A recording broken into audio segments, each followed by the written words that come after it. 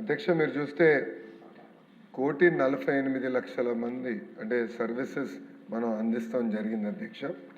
ఇంతేకాకుండా సర్వీసెస్ అయిన తర్వాత కూడా ఆ వినియోగదారు దగ్గర నుంచి ఫీడ్బ్యాక్ తీసుకుంటున్నాం అధ్యక్ష. సర్వీసెస్ ఎలా ఉంది, ఎక్స్పీరియన్స్ ఎలా ఉంది దానిపైన కూడా మేము ఫీడ్బ్యాక్ తీసుకుంటున్నాం.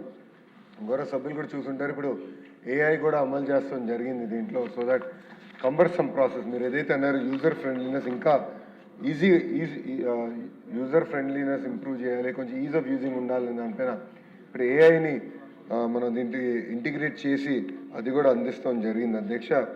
అధ్యక్ష గౌరవ సభ్యులు చెప్పినట్లు ఏంటంటే మేము ఎలాంటి డేటా స్టోర్ చేయం ఈ ప్లాట్ఫామ్. వాట్సాప్ అనేది మియర్లీ ఒక హైవే, డేటా అనేది అది డిపార్ట్మెంట్ దగ్గర ఉంటుంది లేదంటే యూజర్ దగ్గర ఉంటుంది, మేము స్టోర్ చేయం.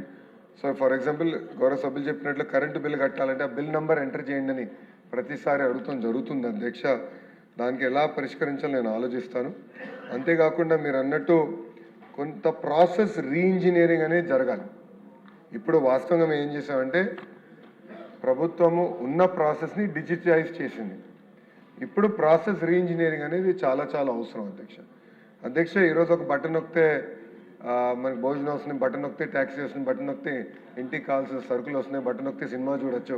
అలాంటిది బటన్ నొక్కితే ప్రభుత్వం పని చేయాలి, బటన్ నొక్కితే వాళ్ళకి కావాల్సిన సర్టిఫికేట్లు వాళ్ళకి అందజేయాలన్న ఆలోచన నా యువగలం పాదయాత్రలో ప్రారంభమైంది. అది సింగిల్ నంబర్ ద్వారా చేయాలని ఒక లక్ష్యంగా పెట్టుకున్నాం. గౌరవ సభ్యులు చెప్పినట్లు భారతదేశంలో ఏ రాష్ట్రం జరిగిన విధంగా మన రాష్ట్రంలో ఇన్ని సర్వీసెస్ మనం మన సిటిజన్స్కి అందజేస్తున్నాం అధ్యక్ష. మీరు ఇచ్చిన ఫీడ్బ్యాక్ ఏదైతే రెస్పాన్స్ ఇంకా స్పీడ్ పెంచాలి, అంతేకాకుండా ఆ రిసీప్ట్ కూడా రియల్ టైంలో రావాలి, క్యూఆర్ కోడ్ పర్ఫెక్షన్ చేయాలని మీరు చెప్తాం కూడా జరిగింది అధ్యక్ష. నేను ఇక్కడ కోరేది గౌరవ సభ్యులను కోరేది కూడా మీరు కూడా కొంచెం వాడి ఫీడ్బ్యాక్ మాకు ఇవ్వండి.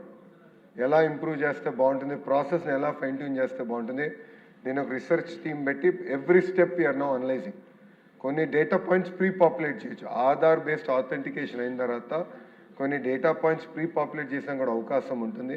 సో గౌరవ సభ్యులు కూడా ఫీడ్బ్యాక్ ఇస్తే ఈ సిస్టమ్ని నెక్స్ట్ నేను ఈరోజు కూడా రివ్యూ చేసినప్పుడు ఒక 90-day యాక్షన్ ప్లాన్ తీసుకుని మన మిత్ర 2.0 అనేది మనం ఫైన్ ట్యూన్ చేసి లాంచ్ చేద్దామని చెప్తాం కూడా జరిగింది. అంతేకాకుండా పొలిటికల్గా ఇక్కడ ఉన్న సభ్యులందరూ మనం కూడా డోర్ టు డోర్ క్యాంపెయిన్, ఎందుకంటే ఇది ఒక పెద్ద వరం ప్రజలకి, డోర్ టు డోర్ క్యాంపెయిన్ మనం చేయాల్సిన అవసరం ఉంది. దీనిపైన ఒక డోర్ టు డోర్ క్యాంపెయిన్ చేద్దామని కూడా గౌరవ సభ్యులకి తెలియజేసుకుంటూ వివరాలన్నీ ఇస్తాం జరిగింది.